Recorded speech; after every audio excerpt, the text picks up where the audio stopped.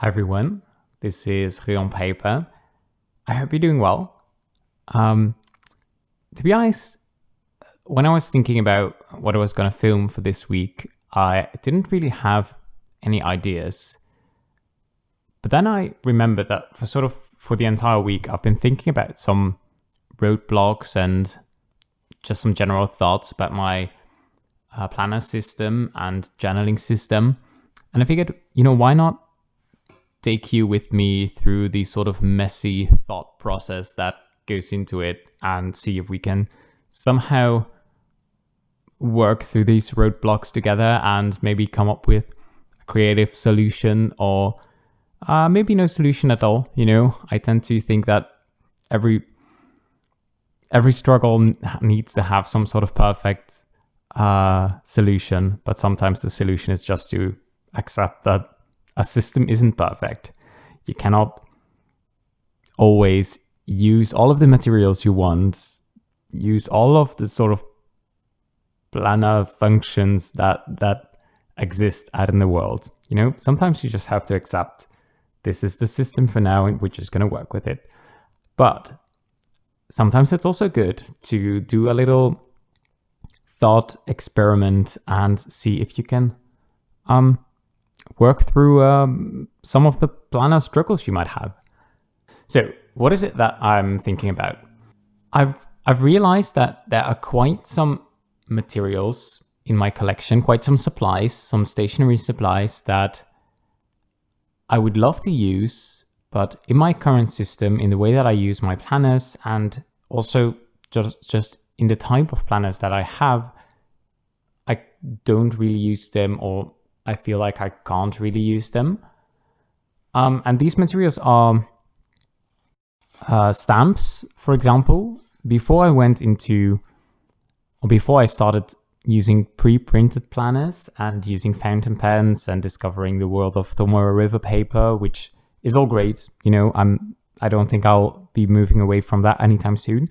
But before that, I used to bullet journal. I used to bullet journal in a thick A5 notebooks, 160 GSM paper, very, very thick, sturdy paper. Bleed through and ghosting did not exist. It was not a thing unless you accidentally used a Sharpie or something. But, you can just use stamps like these with archival, very beautifully saturated dark black ink. No problem at all. On Tomoe River paper, that just goes straight through the paper. You can stamp on Tomoe River paper, I found, but in that case, you either have to cover up the back of the page with something else, because you will get some bleed through with some of my favorite ink pads, or use different ink pads. But I found that a lot of times those don't really look as beautifully saturated. So I've just kind of moved away from using stamps on Tomoe River paper. It's also very, very easy to smudge them on Tomoe River paper because it's just easier on a paper that sucks up the ink a bit faster. So I don't really use these much on Tomoe River paper, but I would love to. I have some stamps that I really like to use, and that would just be great for decorating pages and making, adding just a little something to a collage. And then I also have these paper pads, and I have a ton of those. This one is especially fun because it's like a paper pack that has a lot of different sort of ephemera and elements, all in the same style. So it's very easy to collage with, very easy to combine different elements. It has things like paper, obviously, that's why it's a paper pack. But it also has these little cards that you can use. It has like these tags that you can also use for gifts or presents, but also very fun to journal with. It has stickers. It has all kinds of stuff. It even has a random coloring page. But then also something like this. I mostly have some of these that they are square. They are quite big. I don't know what the size is actually, but they're quite big. They're by Craft Sensations, and they're really affordable at one of our local stores in the Netherlands. and they come out with a ton of designs every season. And I've accumulated quite a few of them because every time I think, oh, but these designs are so nice and they have such nice patterns, such nice colors, and I can use them when journaling. But the thing is, they're 230 GSM. That is like crazy thick. That's like, we are talking almost cardstock levels. Oh, but they're so nice. And they're completely like not in frame now. Or maybe you can see them right now. This one has like 4 different photographs on one page that you can cut out. But it also has, I don't know, just some patterns, just really, really nice patterns. But the thing is, what I like to do with these types of papers is just rip pieces from them, stick them down on the page, use the rest of the page for writing. And I've done a little trial in this notebook. Let me check. Yeah. So for example, here, this is something that I like to do with these kinds of paper. Stuck down some ripped pieces from it. Use some stickers just to sort of anchor the page a bit more. But it gets so, like the structure, the texture becomes really weird on Tomoe River paper because the decoration is so much thicker and so much heavier than the page itself, which also makes it extremely annoying to write on the other side. And, you know, you can overcome this. You can just ignore it when you do this once in a planner or maybe twice. But if you do this on every page, it gets completely unwritable, I think. So I don't like to use this type of decoration style on Tomoe River paper. Wow. It doesn't matter how many times I've said that word. I will keep struggling saying it fast. So I figured if I have some types of decoration that I would like to use, some types of materials, let's just write them down. We have stamps.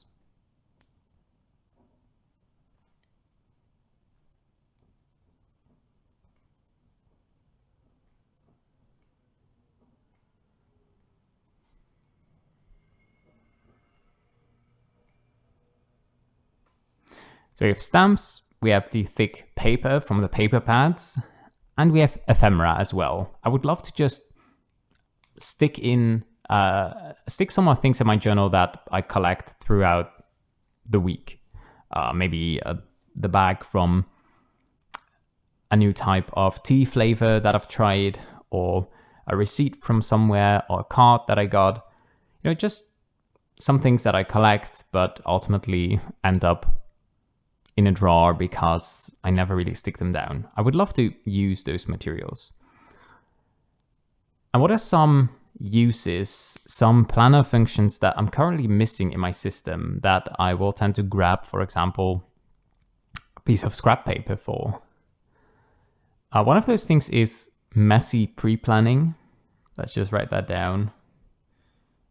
Messy pre-planning.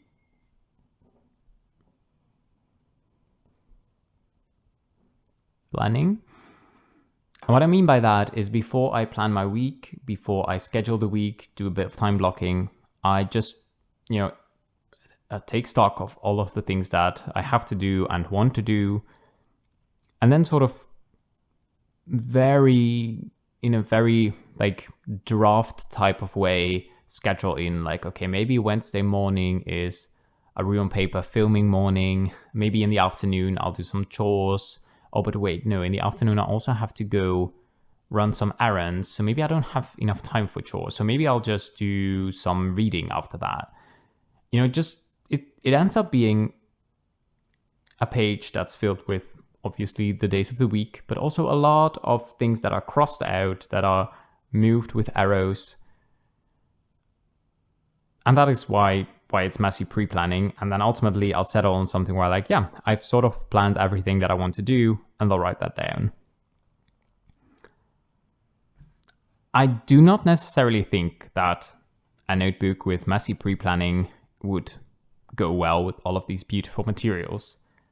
I think the materials are too nice. I would want to keep them. But the messy pre-planning is just something that can go in the bin afterwards when I'm done. It has no value.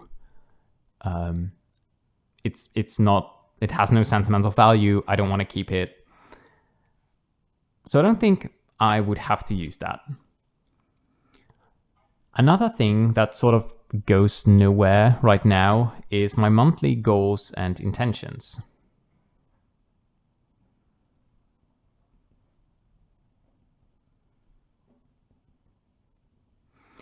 Now, obviously, the common planner that I'm using has space for goals. It has a space, I'll show you.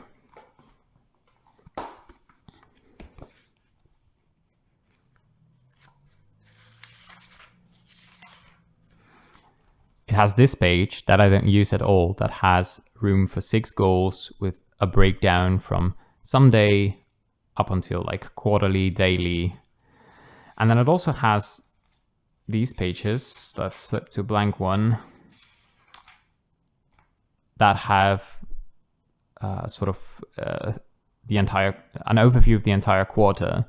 And you could totally do some monthly goals and intentions on this page, but I already use this for something else, which is my habit tracker and sleep tracker. And I think that like the goal page of the common planner is just, it does not have enough room to be super specific, which is what I like to do with my goals. I like to really like change things up from month to month, but also be really specific in, maybe I want to read 2 books or learn 3 new pieces on the piano that I just really want to schedule. Like, okay, when am I going to work on that? When am I actually going to make time for that?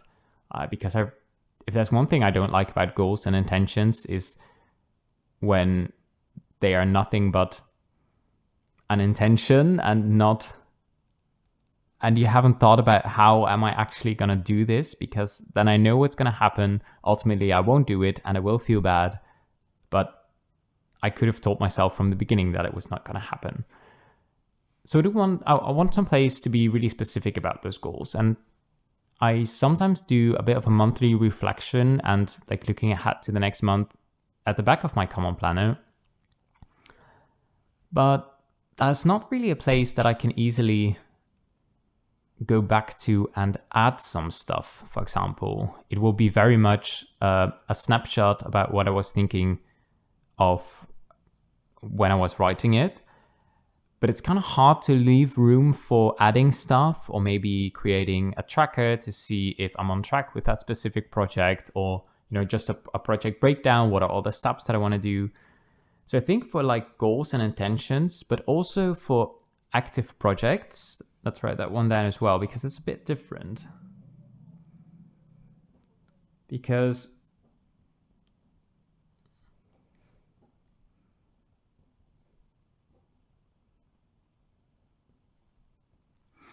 on the one hand, I always have some active projects. For example, I might be reading a book.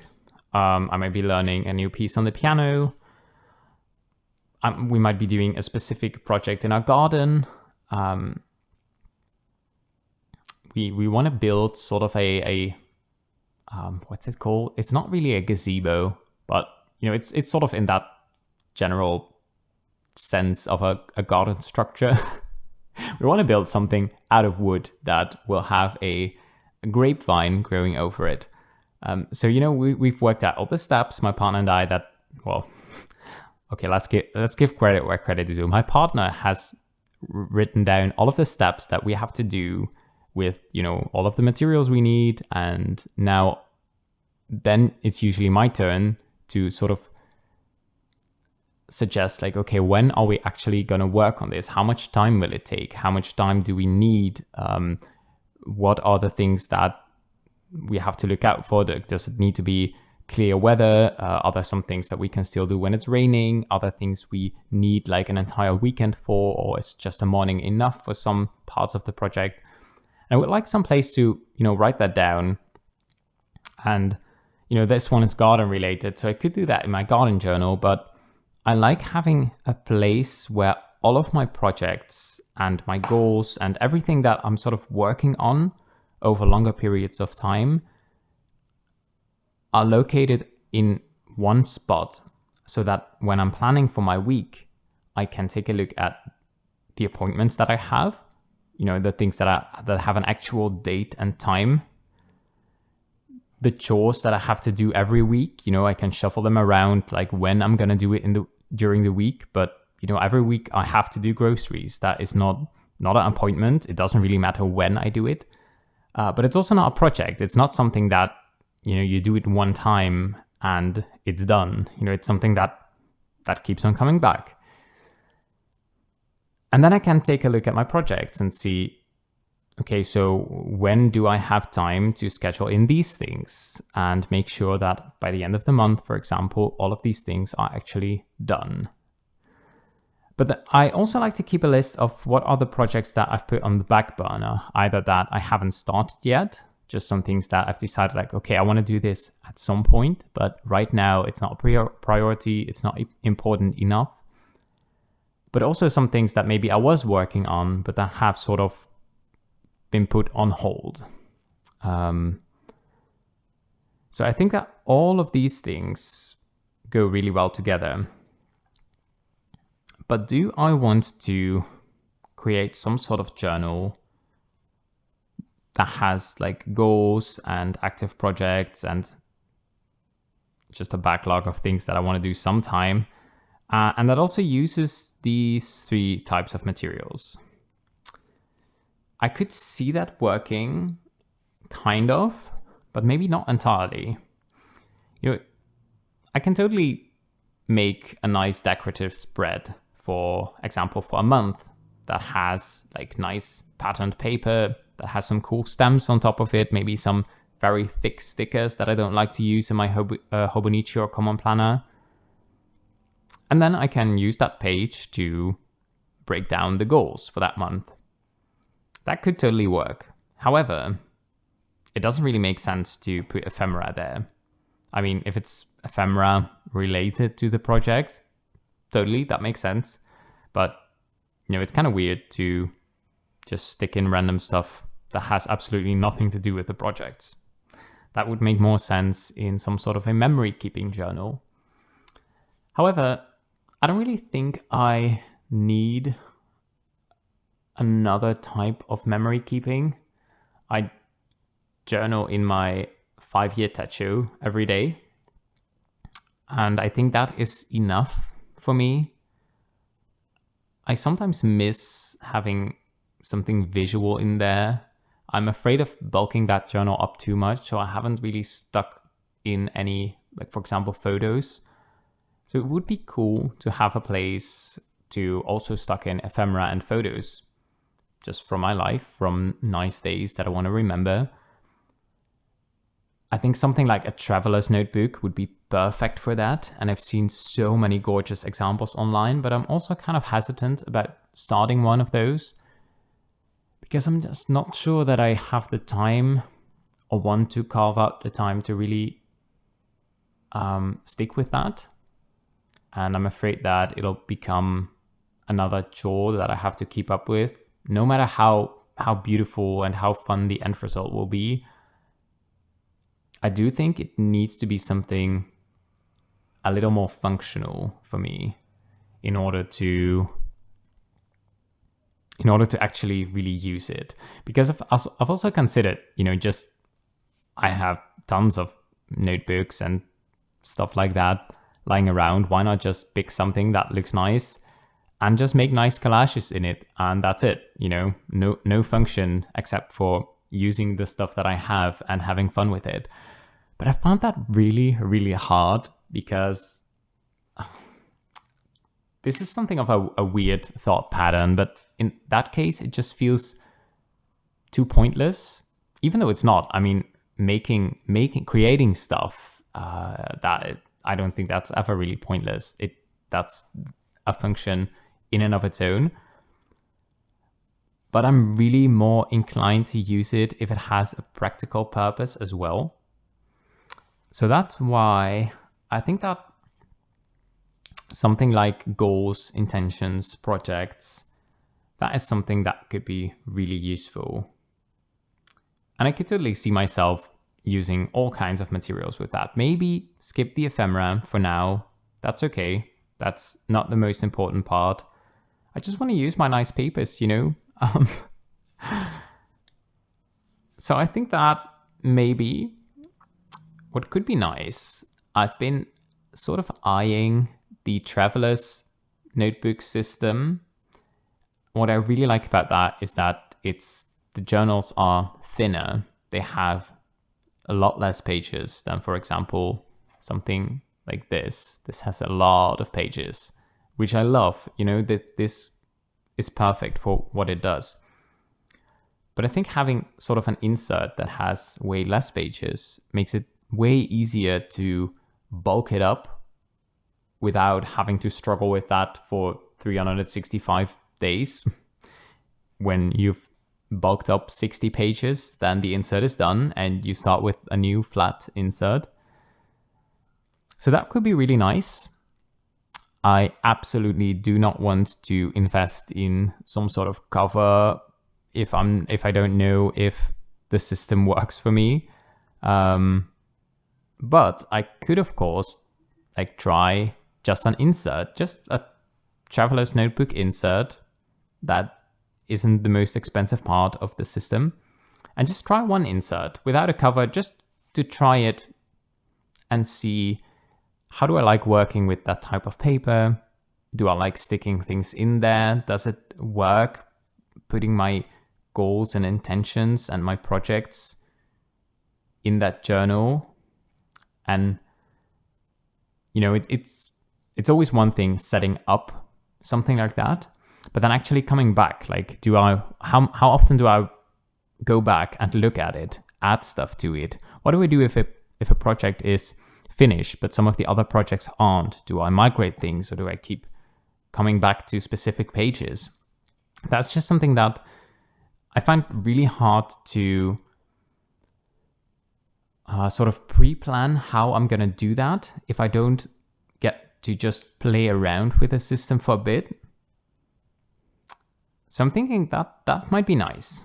That might be an option, trying something like a TN regular insert.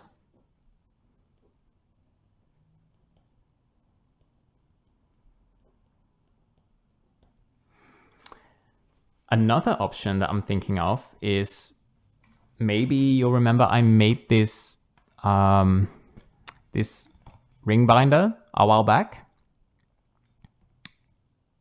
And I tried just putting some different types of papers in here. And that could also be nice. I could just cut down some of these really nice pattern papers to A5 size, pass them through my hole punch, and use them directly in a ring binder. And that way I don't really have to collage with them. I mean, I could also just put blank paper in there and collage on that, but I could also just use the pattern paper and either write on top of that, or put something like a sticky note on there, or just stick a piece of blank or lined paper on top of it. That's also definitely an option. So I might also do that. That is another option that is not really that doesn't cost any additional money or supplies to try out. I could just do that right now because I have the ring binder, I have the materials. I can just try something like that out. But then I would like to consider something like archiving, because if a project is finished, I could just throw that page out. That is definitely an option. But then I also kind of want to keep all of the nice papers and pages. So maybe I do want to archive it. It could also just be fun to look back at the things that you've accomplished, or you haven't accomplished, just to beat yourself up about it. Could go both ways. But I'm going to write that down.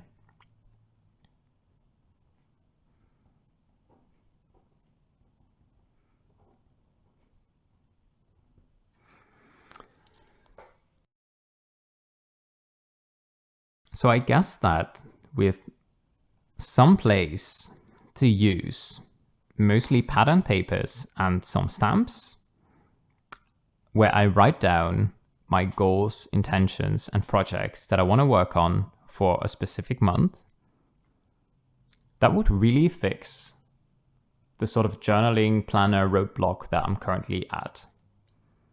And I think it would be really fun to play around with a very different materials. No Domo River paper, maybe fountain pen, but maybe not. You know, I have other nice pens that I like to work with as well as markers or colored pencils.